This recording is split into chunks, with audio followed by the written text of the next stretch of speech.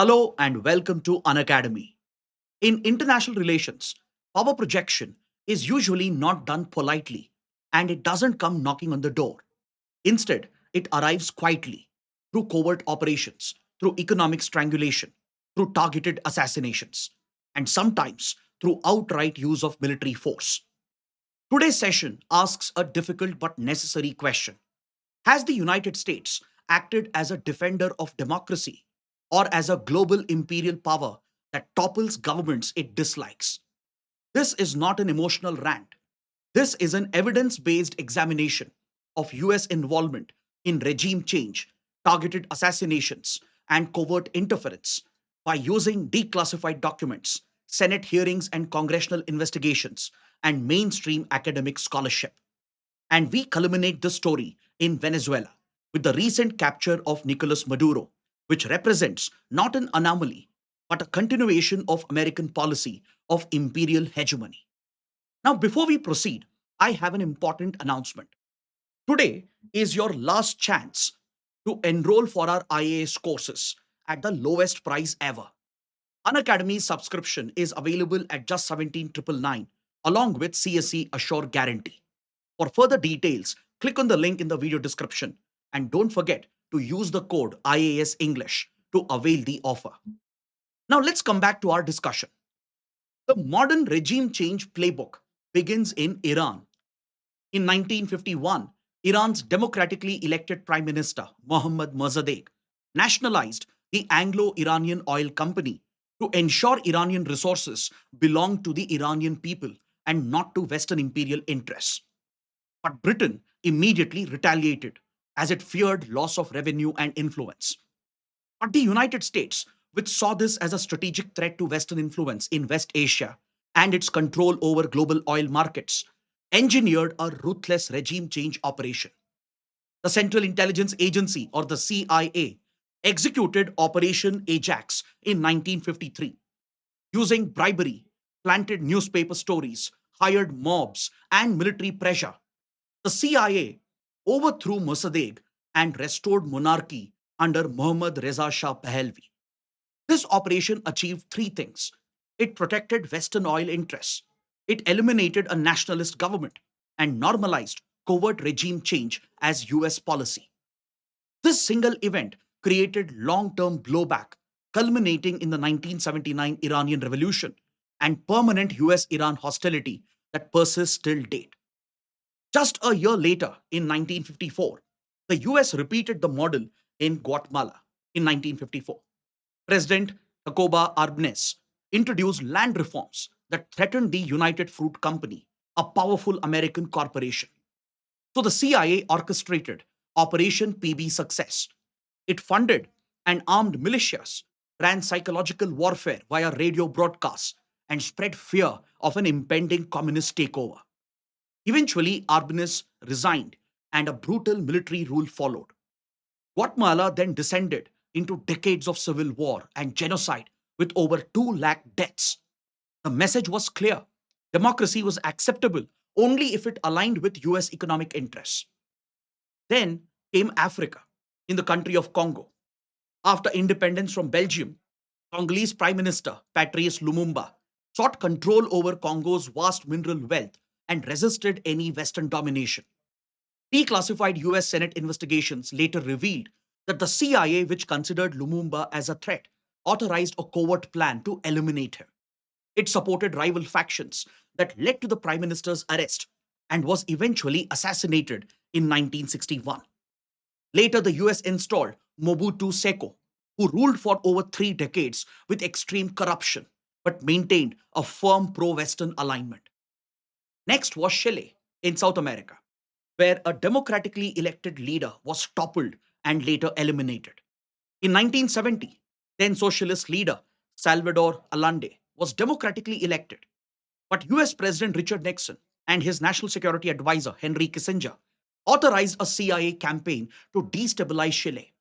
The strategy was to cripple the economy through unilateral sanctions, secret funding of labor strikes, and opposition media. And covert encouragement was also provided for military action for a military coup. Finally, on September 11, 1973, Allende was overthrown in a military coup. Later, Augusto Pinochet established a brutal dictatorship that was marked by torture, disappearances, and repression. Next was Cuba, again in Latin America, and the never ending American obsession of toppling the communist leader Fidel Castro, who had aligned with the Soviet Union during the Cold War. Few leaders were targeted as obsessively as Fidel Castro. The US first attempted an ill fated invasion, the Bay of Pigs invasion, in 1961. And after this plan failed, it planned hundreds of assassination attempts over the years, including the use of poisoned cigars and exploding seashells. These plots were exposed during the Church Committee investigations of the US Senate in the 1970s. Though Cuba and Castro survived, till date, the US has crippled the country with its economic sanctions and a comprehensive trade embargo. Next is Vietnam from Asia. In South Vietnam, the US initially backed then President No Din Diem. When Diem became politically inconvenient for the US, it signaled support for a military coup, and Diem was assassinated in 1963. So instead of stability, Vietnam plunged deeper into chaos, drawing the US into a catastrophic war that killed over 3 million people. The US was even accused of using nerve agent and chemical weapons. So regime change did not bring order, it brought more violence, war crimes, and atrocities. Next on the hit list was Nicaragua. The country of Nicaragua in the 1980s was clearly torn during the Cold War era between the US and the Soviet Union. In the 80s, the Reagan administration viewed leftist governments as intolerable in America's backyard. In Nicaragua, the socialist Sandinista government was opposed by US backed Contras. When Congress banned the funding for the Contras, the White House secretly sold weapons to Iran and used those funds to sponsor the Contras. This became the Iran Contra scandal, exposing how executive power, presidential power, bypassed democratic oversight to pursue regime change abroad. Then came Panama in Latin America, where the US marked a shift from covert action to overt action. The US invaded Panama in 1989 under Operation Just Cause to remove its leader, Manuel Noriega, and transported him to the US to stand trial. This set a dangerous precedent. A sitting head of government captured by a foreign military and tried in another country's courts. This precedent closely resembles the recent action aimed at Venezuela's Nicolas Maduro. Next, the illegal invasion and destruction of Iraq. In 2003, the United States, along with the UK, invaded Iraq under the false pretext that Saddam Hussein was secretly building WMDs or weapons of mass destruction. After the invasion, not a single WMD was found. President Saddam Hussein was removed, captured, and eventually executed. Look at the consequences. Over a million people were killed. Iraq fractured along sectarian lines between the Shias and Sunnis. It was this power vacuum and instability that contributed to the rise of the ISIS or the Islamic State and eventually led to the permanent destabilization of West Asia. This clearly is the biggest regime change disaster in modern history. Next was Libya in North Africa. In Libya, the US, along with UK and France, carried out a military intervention by citing the UN doctrine of responsibility to protect, or R2P, to protect civilians following the Arab Spring Revolution. This intervention directly enabled the overthrow and eventual killing of Muammar Gaddafi. Libya today has no unified state or government. It's ruled by different militias and serves as a hub for arms trafficking. And even radical groups with links to Al Qaeda and ISIS have flourished. And it even triggered a massive refugee flow towards Europe.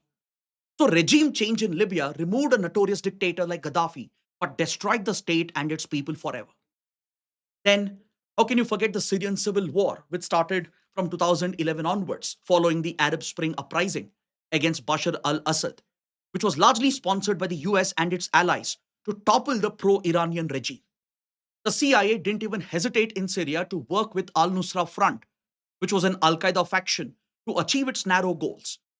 Now, look at the hypocrisy of this. At the same time, the US was fighting a so called global war on terror and targeting Al Qaeda across the world, from Afghanistan to Yemen to Africa. But in Syria, it had no hesitation to work with a faction of the Al Qaeda just to topple Assad from power. Now, finally, coming to Venezuela. The US turned against Venezuela ever since its oil resources were nationalized in 1976.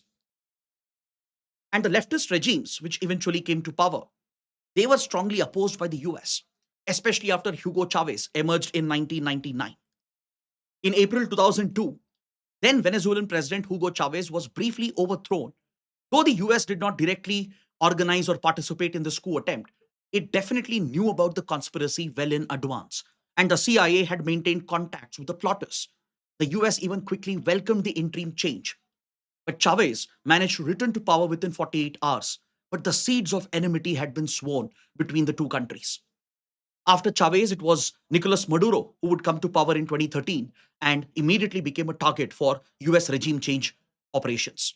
Yes, Maduro had not only mismanaged and destroyed the economy over the years through rampant corruption, but he also ruled with an iron fist, crushing human rights, manipulating elections, and stifling dissent. But that does not authorize a third party unilateral intervention in contravention of international law. In May 2020, under the first presidency of Trump, the US made an attempt to capture Maduro back then through a covert raid using private mercenaries. It was attempted by the CIA as a covert exfiltration operation. The operation involved former US Special Forces personnel and a private American security firm with explicit plans to abduct Maduro. Though officially Washington denied its involvement, this reflects plausible deniability, which is a classic covert tactic. So now, in 2026, the eventual capture of Nicolas Maduro a couple of days ago by US Special Forces represents a historic escalation. For Latin America, this was not law enforcement, it was an imperial precedent. The act revived memories of Norega's capture, Saddam's and Gaddafi's toppling and eventual assassinations. It reinforced the belief that sovereignty is conditional, especially for states that resist US dominance. And it brings back haunting memories of colonial imperial style policies and Cold War era rivalries. Across the last 7 decades, the pattern is unmistakable. Democratically elected governments are tolerated only if they align with American interests. Covert operations have preceded even overt force, with scant regard for international rules based order. And regime change, we have seen, it only creates long term instability, not democracy, and it doesn't bring any form of rule of law. And not to forget, the global instability such actions create, it affects every other country, including India. So, what's your take on this? Is the US a bully or a stabilizing force? Let me know in the comments. Thanks for watching.